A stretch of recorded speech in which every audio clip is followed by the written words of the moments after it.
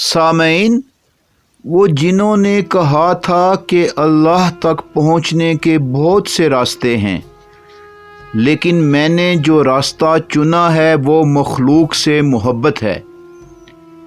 سامعین، وہ جنہوں نے کہا تھا کہ کیا تم محبت سے بھاگ رہے ہو، اور صرف اس لیے کہ تم اس میں ایک بار دھوکہ کھا چکے ہو، اور اگر واقعی ایسا ہے تو یقین کرو کہ ابھی تم عشق کے بارے میں کچھ نہیں جانتے۔ بس اتنا تم جان سکے کہ میم ایک لفظ ہے جو عین، شین اور کاف سے مل کر بنتا ہے، لیکن دراصل محبت کو جاننا ناممکن ہے۔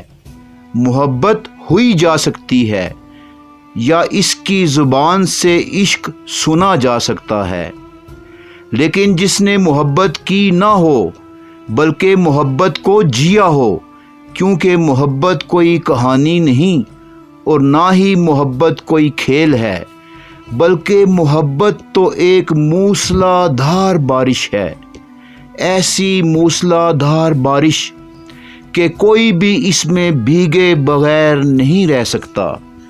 محبت تو ایک ایسا جلتا الاؤ ہے کہ جب یہ بھڑکتا ہے تو محبوب کے سوا ہر چیز کو جلا کے راکھ کر دیتا ہے۔ محبت اس کائنات کی روح ہے، محبت ہی آغاز ہے اور محبت ہی اختتام۔ محبت ابدیت ہے، فنا نہ ہونے والی۔ محبت اس کائنات کی سب سے طاقتور شے ہے۔ محبت علاج ہے ہر مرض کا، مداوا ہے ہر دکھ کا، اور دارو ہے ہر درد کا۔ اس دنیا میں تمہیں جو توازن نظر آ رہا ہے، اس کی وجہ بھی محبت ہے۔ یہ محبت ہی کا اثر ہے۔ محبت انقلاب کی کیمیا ہے، ہر بیماری کی دوا ہے۔ انسان جب محبت ہو جاتا ہے تو پھر محبت کے سوا کچھ اور کرنے کی صلاحیت ہی کھو دیتا ہے۔ تم لوگوں نے محبت کرنی اور محبت پانی تو سیکھی ہے، لیکن محبت ہونا نہیں سیکھا۔ جب تم محبت ہو جاتے ہو تو پھر جیسے پھول خوشبو کے بغیر اور سورج روشنی کے بغیر اور کچھ نہیں دے سکتا، اسی طرح تم بھی محبت کے بغیر کچھ نہ دے سکو گے۔ سامعین، وہ جنہوں نے کہا تھا عشق طاقت ہے، عشق کرامت ہے، عشق میریکل ہے، عشق معجزہ ہے، اس بھری دنیا میں تمہیں جہاں کہیں بھی زندگی کا دل دھڑکتا ہوا نظر آتا ہے، اس کی بنیاد تک جاؤ تو تم دیکھو گے کہ وہاں محبت ہے۔ تم نے بحر عشق میں غرق انسانوں کو کبھی غور سے دیکھا ہے؟ ان کی ہر ادا میں ایک شان بے نیازی ہوتی ہے، ایک عجیب و غریب شان، ایک توقیر، ایک بزرگی، کیونکہ عشق ایک ایسا گوہر نایاب ہے جو سمندروں کی شان میں بے حد اضافہ کرتا ہے۔ عشق سونے کی کان ہے، چھپا ہوا خزانہ ہے۔ عشق ایک آگ ہے، ایسی آگ جسے کبھی بھی کوئی بجھا نہیں سکتا۔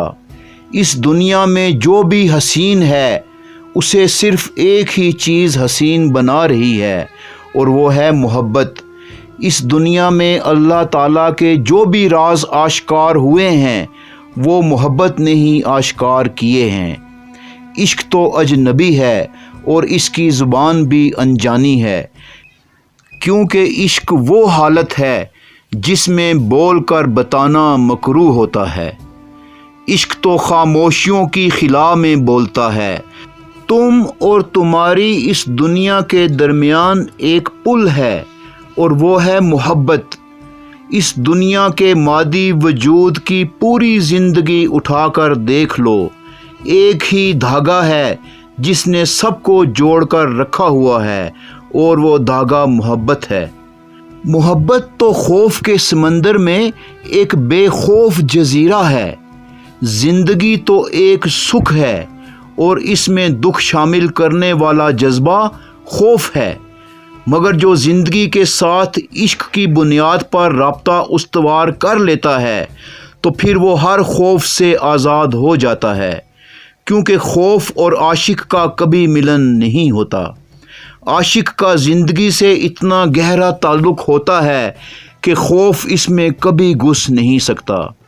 سامعین، آپ سمجھ گئے ہوں گے کہ میں آپ سے مولائے روم حضرت جلال الدین رومی رحمۃ اللہ علیہ کا ذکر کر رہا ہوں، لیکن اس سے پہلے کہ ہم آگے بڑھیں آپ سے گزارش ہے کہ پہلے آپ دستک ٹی وی کو سبسکرائب کریں اور بیل آئیکن کو پریس کریں تاکہ آپ کو ہماری ویڈیوز ملتی رہیں۔ سامعین، مولانا روم رحمۃ اللہ علیہ فرماتے ہیں، محبت ماں ہے، جو پیدا ہوا ہے محبت کی وجہ سے ہی پیدا ہوا ہے۔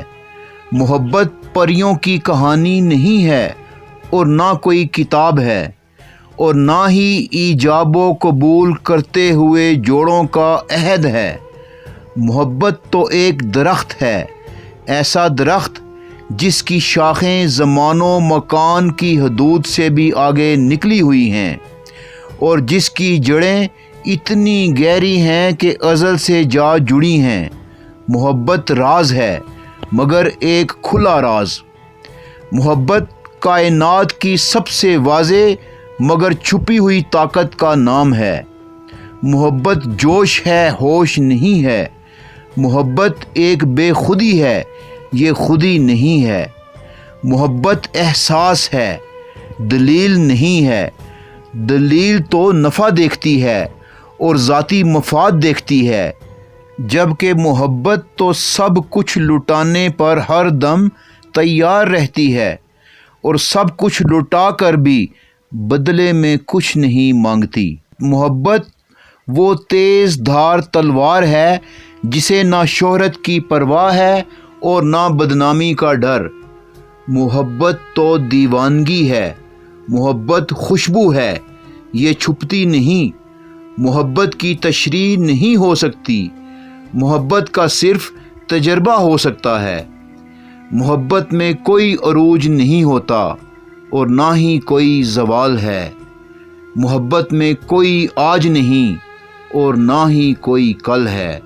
محبت میں کوئی لیڈر نہیں ہوتا، نہ ہی کوئی پیر اور نہ ہی کوئی مرید ہوتا ہے۔ جس دن تم محبت کے متلاشی ہوگے تمہارا ظاہر اور باطن بدلنا شروع ہو جائے گا۔ جو محبت کی جستجو میں کھو گیا سمجھو کہ وہ حیات و ممات کی قیدی اس مختصر سی مقید حیات سے ماورا ہو گیا۔ سامعین، اگرچہ مولانا روم بڑے علم والے تھے لیکن وہ خشک تھا۔ کوئی معرفت کی چاشنی نہیں تھی، کوئی سوز و گداز اور تڑپ نہیں تھی، کوئی عشق و محبت نہیں تھی، بلکہ خالی کیل و کال ہی سے بھرا تھا۔ لیکن جب سے انہیں شاہ شمس تبریز کی رفاقت نصیب ہوئی تو ان کے اندر تری آ گئی۔ پہلے وہ اندر سے اپنے آپ کو خالی خالی محسوس کرتے تھے، لیکن اب سوز و ساز نے اندر منور کر دیا تھا۔ اگرچہ آپ نے مولانا روم اور شاہ شمس تبریز کی ملاقات کا واقعہ تو سن رکھا ہوگا، لیکن برسبیل تذکرہ میں آپ کو پھر سے سنا دیتا ہوں۔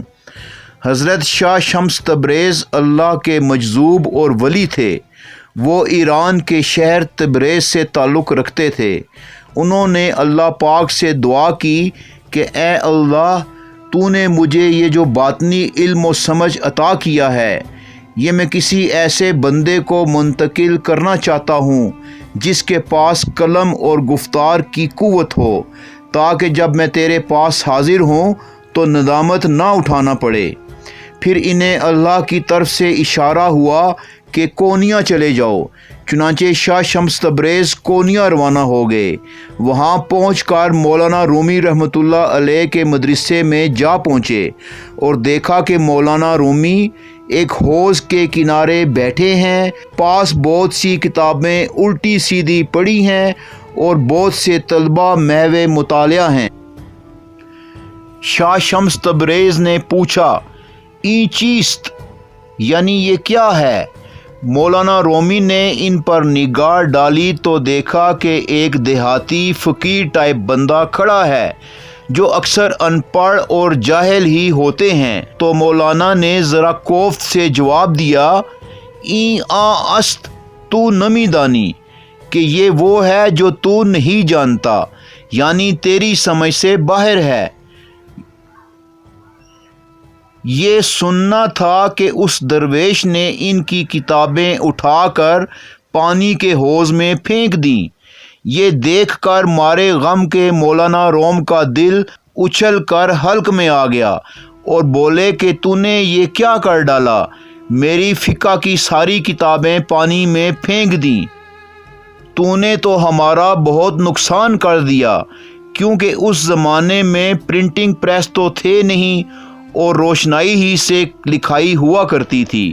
لیکن پھر اچانک شاہ شمس تبریز حوض میں کود گئے اور ساری کتابیں اٹھا کر باہر فرش پر پھینک دیں تو مولانا روم اور ان کے شاگرد کتابوں کی جانب لپکے، لیکن یہ دیکھ کر ششدر رہ گئے کہ کتابوں میں پانی کا ایک قطرہ تک موجود نہ تھا اور کتابیں جھاڑنے پر کتابوں سے دھول بھی اڑ رہی تھی۔